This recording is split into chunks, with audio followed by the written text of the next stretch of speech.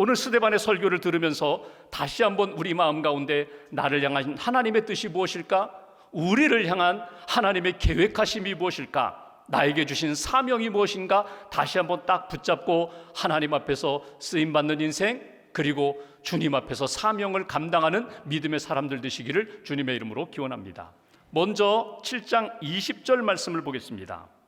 그때에 모세가 낳는데, 모세가 태어났을 때 하나님 보시기에 아름다운지라. 모세가 태어날 때의 상황에 대하여 오늘 사도행전 7장에도 나오지만 출애굽기 1장에 보면은 모세가 태어날 때의 상황은 별로 좋지 않았습니다. 요셉을 알지 못하는 왕이, 히브리 민족이, 이스라엘 백성들이 점점 왕성해지는 것이 마음에 들지 않았습니다. 그래서 어떤 명령을 내리는가 하면 이스라엘 백성 아이가 태어나면 남자아이들은 다 죽이라는 것입니다. 산파들에게 명령하여 남자아이들이 태어나면 다 죽이라. 그런데 믿음의 산파들이 모세를 살렸습니다.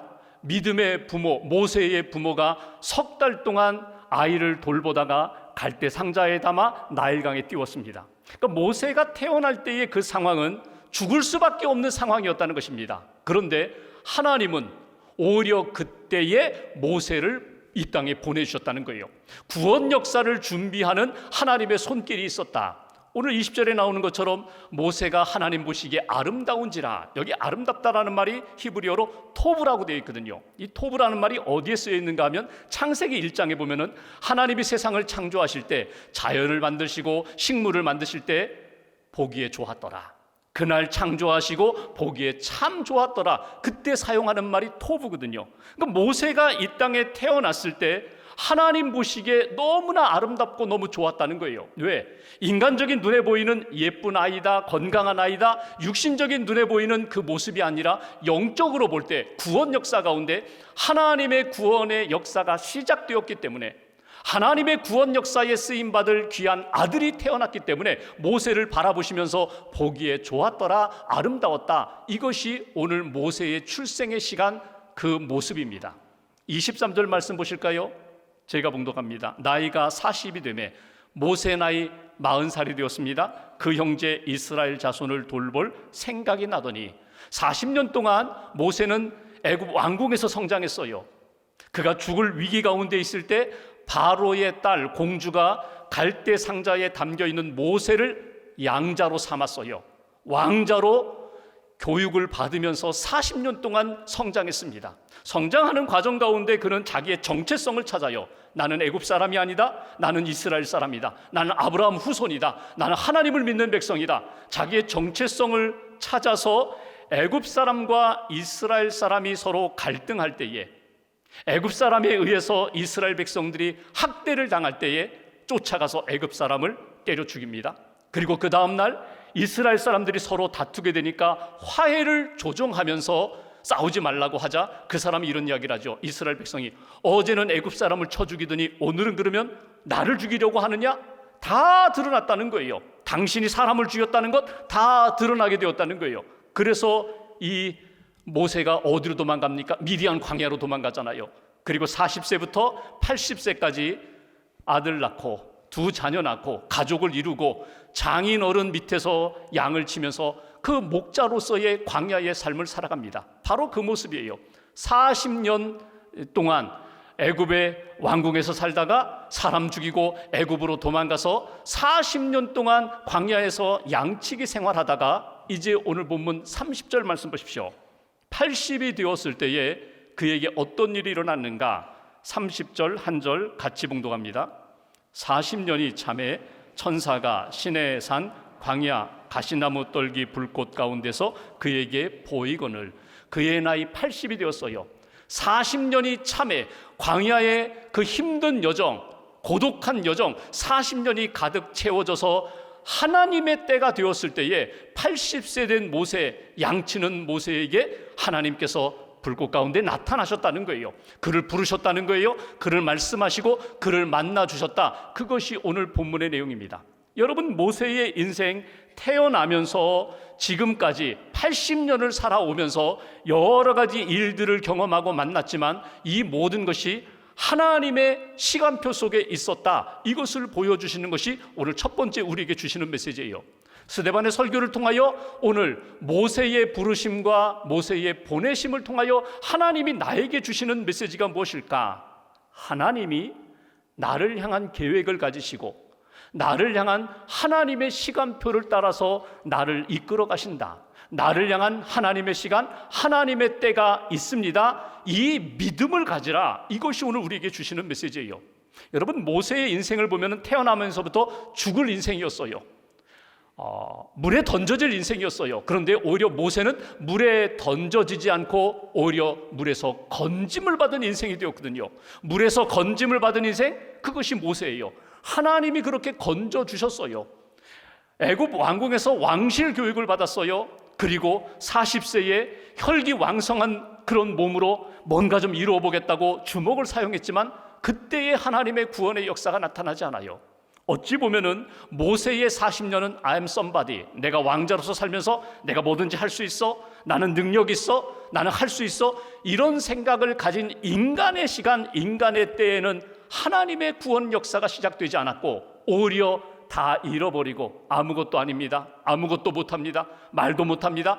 80세 된 기력이 쇠해진 이 모세를 하나님이 만나시고 부르셨다는 거예요. 우리 인생을 돌아보면 자기 과신의 때가 있어요. 많이 배웠어요, 건강해요, 힘 있어요, 지식도 있고 능력이 있어요. 그때 내 힘으로 뭔가 해보고 싶을 때 이때 될 것 같아요. 내가 하면 될 것 같아요.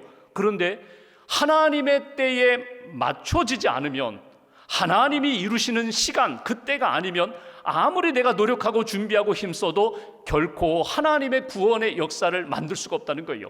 반대로 자포자기하고 무능하고 I'm nobody, 나는 아무것도 없습니다, 이제는 못합니다, 이제는 안 됩니다 하는 그때라 할지라도 하나님의 시간이 만나면, 하나님의 구원 역사가 만나게 되면 그때에 오히려 나를 통하여 하나님의 놀라운 역사가 나타나게 된다. 우리 인생을 돌아보면서, 신앙의 여정을 돌아보면서 내 삶의 모든 여정은 하나님의 시간표 속에 있습니다. 하나님의 때를 분별하며 그때 붙잡고 하나님의 그 구원 역사에 쓰임받는 인생이 되기로 합니다. 여러분, 하나님의 시간, 보통 카이로스라는 이야기를 하죠.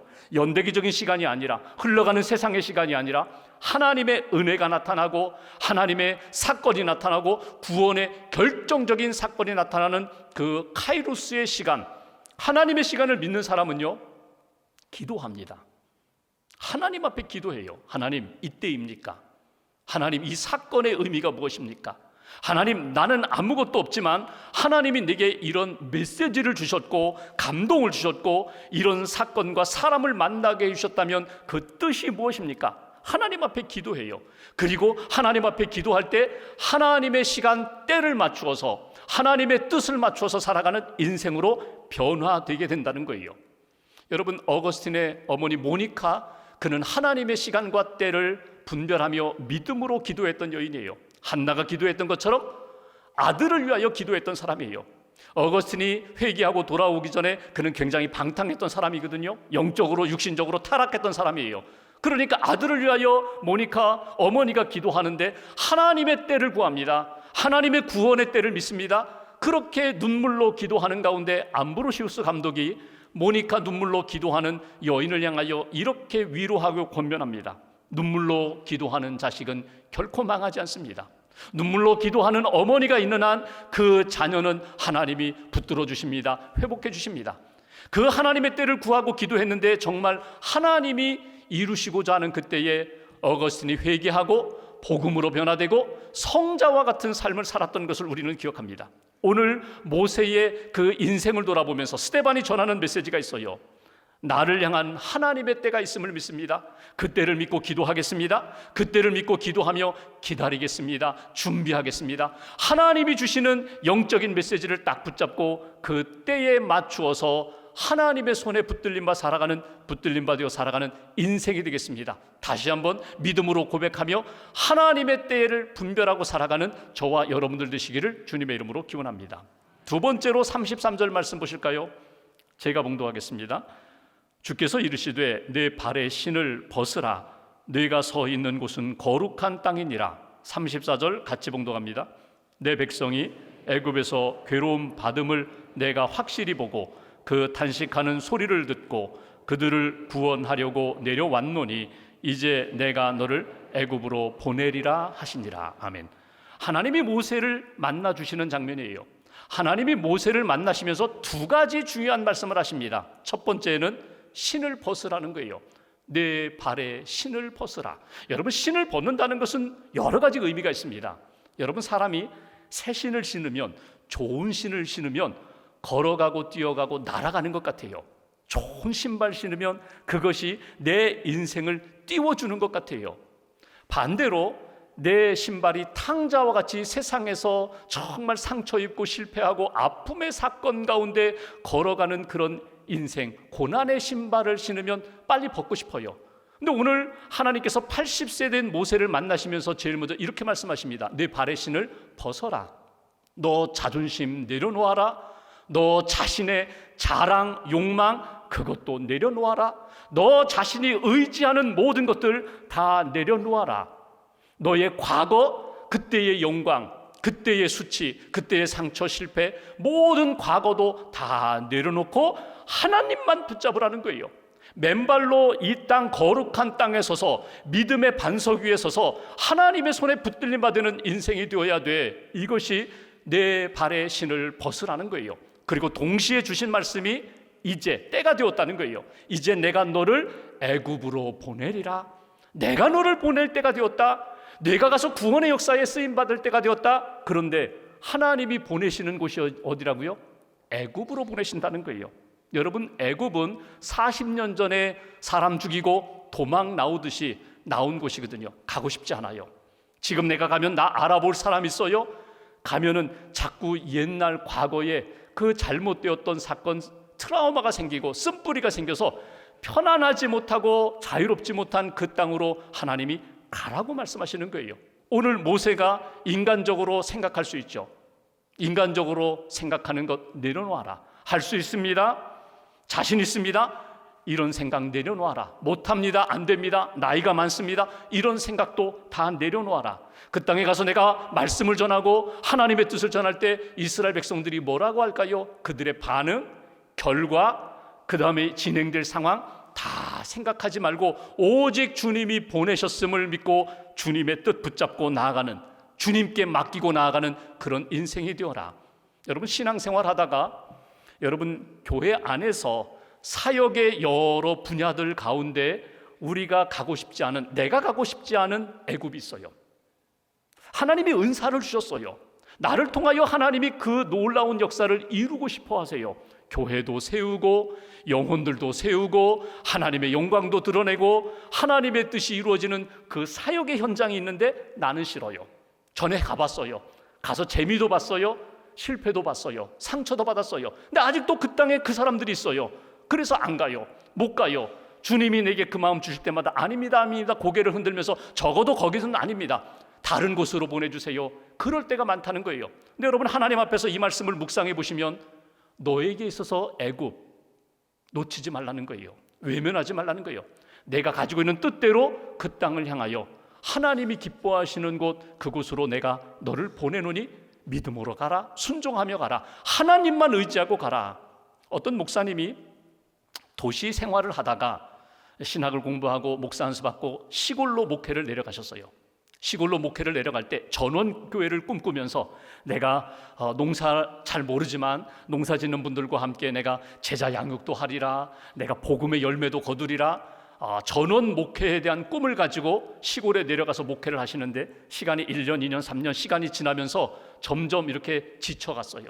타성해져졌어요.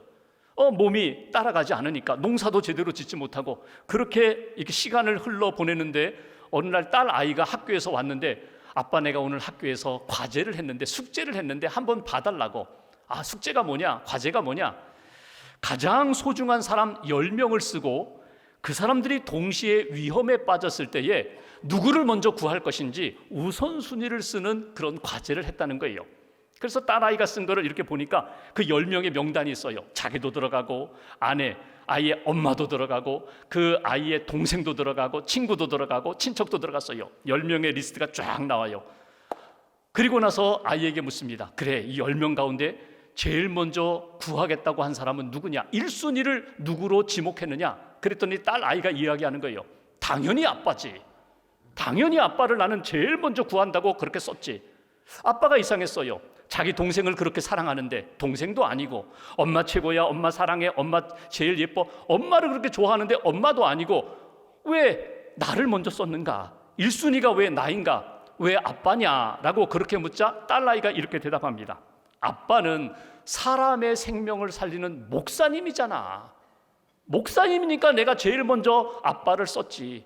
이 마을에 있는 사람들 아빠가 다 구원해야 되잖아. 복음 전해야 되잖아. 그래서 아빠를 쓴 거야. 그 이야기를 듣는 순간 이 목사님 가슴에 큰 울림이 왔었다는 거예요.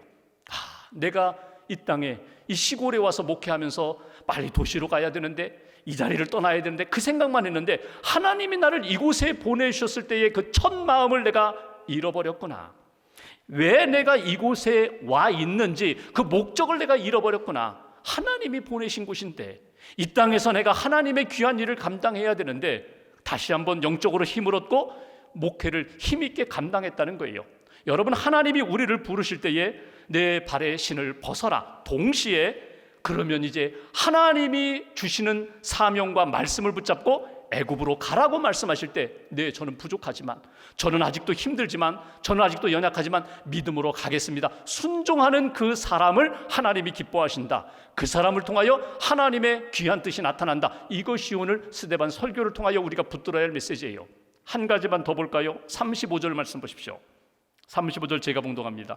그들의 말이 누가 너를 관리와 재판장으로 세웠느냐 하며 거절하던 그 모세를 하나님은 가시나무 떨기 가운데서 보이던 천사의 손으로 관리와 속량하는 자로 보내셨으니, 36절 같이 봉독합니다. 이 사람이 백성을 인도하여 나오게 하고 애굽과 홍해와 광야에서 40년간 기사와 표적을 행하였느니라. 아멘. 여기 35절에 보시면 모세를 애굽에 왜 보내셨는가? 애굽에 무엇을 위하여 보내셨는가? 구원을 위하여 보내셨다. 애굽에 보내시면서 어떤 사명을 주셨는가? 속량자의 사명을 주셨다는 거예요. 여기 속량자라는 것은 사람을 구원하는 일에 쓰임받는 사람으로, 사람을 구원하는 일에 자기가 헌신하고 희생함으로 영혼을 구원하고 살리는 그런 도구가 되도록 모세를 보내셨다고. 이것이 모세가 받은 사명이에요. 그 사명을 받아서 40년 동안 여기 홍해와 애굽과 홍해와 광야에서 40년 하나님이 부르실 때까지, 죽을 때까지 그 사명 잃어버리지 않았다. 그 사명을 감당했다. 이것이 오늘 스데반의 설교예요. 당신들이 그렇게 존경하는, 유대인들이 존경하는 모세를 보십시오. 하나님의 부름을 받고 보냄을 받을 때 그는 하나님의 말씀을 붙잡고 살았습니다. 순종했습니다. 끝까지 사명을 감당했습니다. 그 모세처럼 우리가 예수 그리스도를 믿고 하나님의 성전이 되고 하나님의 사람으로 세워져서 하나님 부르시는 날까지 내게 주신 복음의 증인으로, 사명으로 끝까지 감당해야 합니다. 이것이 스데반의 설교예요. 여러분, 출애굽기 3장 4장을 보시면 여기 스데반은 7장, 사도행전 7장에서 이렇게 쉽게 표현했지만 실제로 출애굽기 3장 4장을 보시면요, 모세가 하나님의 부름을 받을 때요 여러 가지 변명을 했어요. 3장 11절에 보면 내가 누구에게 갑니까? 저 못 갑니다. 12절에 하나님이 내가 너와 반드시 함께 하겠다. 지팡이 손에 쥐어주시면서 너 손에 지팡이 쥐고 있는 것처럼 내가 널 붙잡고 있으니 함께 할 것이니 믿음으로 가라고. 나중에 모세가 꾸물거리죠. 변명하지요. 저 말 못하는데요, 말 잘하는데 형 아론을 붙여줄 터이니 너 가라. 출애굽기 4장 12절에 보면은 이제 가라. 내가 내 입과 함께 있어서 할 말 가르쳐 주리라. 또 변명을 합니다. 주여, 보낼 만한 자를 보내주세요. 다른 사람 보내주세요. 그때 하나님이 큰 소리로 노하시면서 가라면 가라. 내가 너에게 준 사명이다. 내가 너를 통하여 이루고자 하는 구원 계획이다. 그때의 모세가 믿음으로 받아들이고 애굽으로 가서 40년 동안 애굽에서, 홍해에서, 광야에서 하나님의 사명을 감당했다. 여기서 우리에게 주시는 마지막 메시지가 있어요. 하나님이 우리 각자에게 주신, 맡겨주시는 사명이 있다는 거예요. 하나님으로부터 받은 사명이에요. 영혼을 구원하는 일을 위하여, 하나님의 백성답게 하나님 영광을 위하여 내가 감당해야 할 맡겨주신 사명이 있다는 것 발견하라. 놓치지 말아라. 사명대로 사는 인생이 되어라. 우리는 이렇게 생각합니다. 능력이 있어야 가지요. 준비되어야 가지요. 근데 아니에요. 능력 있고 다 준비된 다음에 출발하는 것이 아니라 하나님의 능력을 믿으면, 사명을 깨달으면 가는 거예요. 사명을 깨닫고 감당할 때에 하나님이 능력도 주시고 그 사명을 통하여 놀라운 역사를 만들어 주신다. 크리스찬이 누구입니까? 예수 믿는 사람이 크리스찬이에요. 사도 바울이 갈라디아서 5장 24절에 크리스찬은 이런 사람이다. 그리스도 예수의 사람들은 육체와 함께 그 정욕과 탐심을 십자가에 못 박았느니라. 하나님이 주신 사명이 있고 내 안에서 일어나는 욕망과 탐심이 계속 충돌할 때에 그리스도인, 크리스찬은 누구인가? 끊임없이 나의 욕망과 탐심을 십자가에 못 박는 사람, 그리고 내게 주신 사명, 복음, 하나님의 생명을 붙잡고 믿음으로 살아가는 사람, 그 사람이 하나님이 기뻐하시는 그리스도인이고 사명자의 삶이다. 인생을 살아가면서 행복과 불행을 어떻게 가늠할 수 있을까?